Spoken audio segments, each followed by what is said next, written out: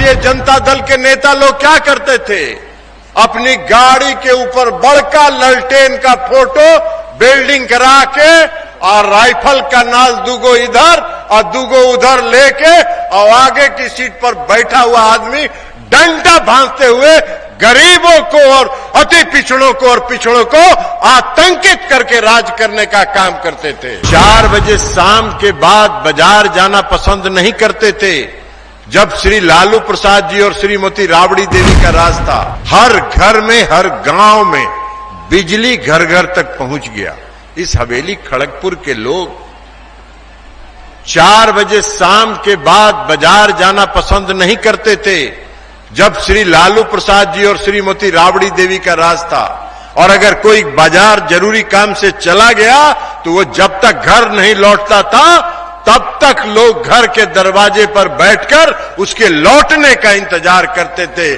उस जंगल राज से माननीय मुख्यमंत्री और हम सबों के नेता नीतीश कुमार जी ने इस बिहार को आजाद कराया।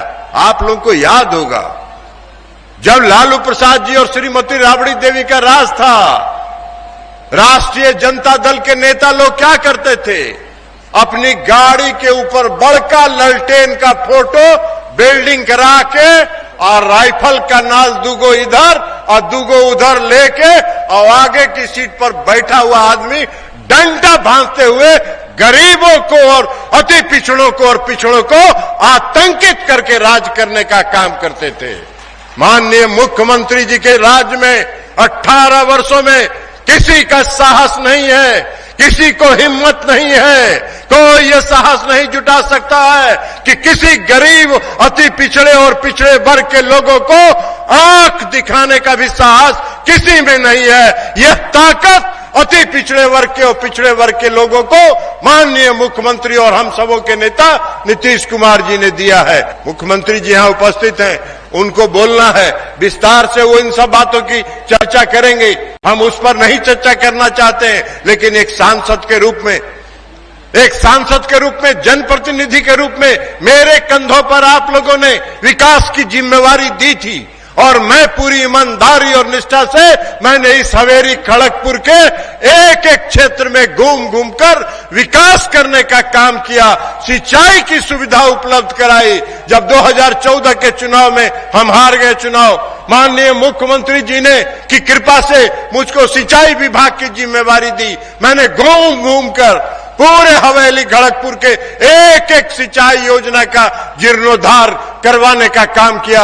आज खेतों में पानी जा रहा है, आज यहाँ के किसान खुशहाल हैं, आज यहाँ के लोग खुशहाल हैं। कारी घाटी की चर्चा राजेंद्र मंडल जी कर रहे थे, एक योजना बचा हुआ था कारी घाटी, उसका भी शिलान्यास होगा और मुझे खुशी है कि युद्ध स्तर पर उसका काम चल रहा है और अगले 2-3 महीने में वह भी पूरा हो जाएगा। तो जो विकास की जिम्मेवारी, सड़क बनाने का काम आप लोगों ने दिया, शैलेश बाबू भी ग्रामीण कार्य मंत्री थे, इन्होंने भी सड़क बनवाने का काम किया। हमको भी जहां जानकारी मिलती थी इनको हम बताने का काम करते थे और हम सब लोगों ने मिलकर पूरे हवेली खड़गपुर का विकास करने का काम किया। आज हवेली खड़गपुर के लोग सम्मान के साथ जीते हैं, सम्मान के साथ जीते हैं, सर उठा के जीते हैं, सर उठा के जीते हैं। तो इसलिए साथियों, मुझको फिर से नीतीश कुमार जी ने, आदरणीय मुख्यमंत्री जी ने, फिर से जनता दल यू के राष्ट्रीय अध्यक्ष भी हैं, मुझको यहाँ का उम्मीदवार बनाया है। मैं आपके सामने उम्मीदवार के रूप में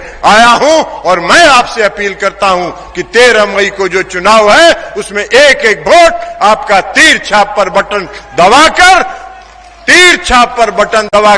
3 नंबर पर है, 3 नंबर पर है, तीसरे नंबर पर है, 3 नंबर पर तीर छाप पर बटन दबाकर फिर से आप अगर मुझको मौका देते हैं, मैं आपको वचन देता हूं कि जो भी बचा हुआ काम इस इलाके के है उसको पूरा करने का काम करूंगा, पूरा समर्पण भाव से उसको पूरा करने का काम करूंगा। यही आग्रह और अपील करते हुए हम अपनी बात समाप्त करते हैं। देशवा न्यूज पर वीडियो देखने के लिए लाइक करें, सब्सक्राइब करें, साथ ही बेल आइकन दबाना न भूलें।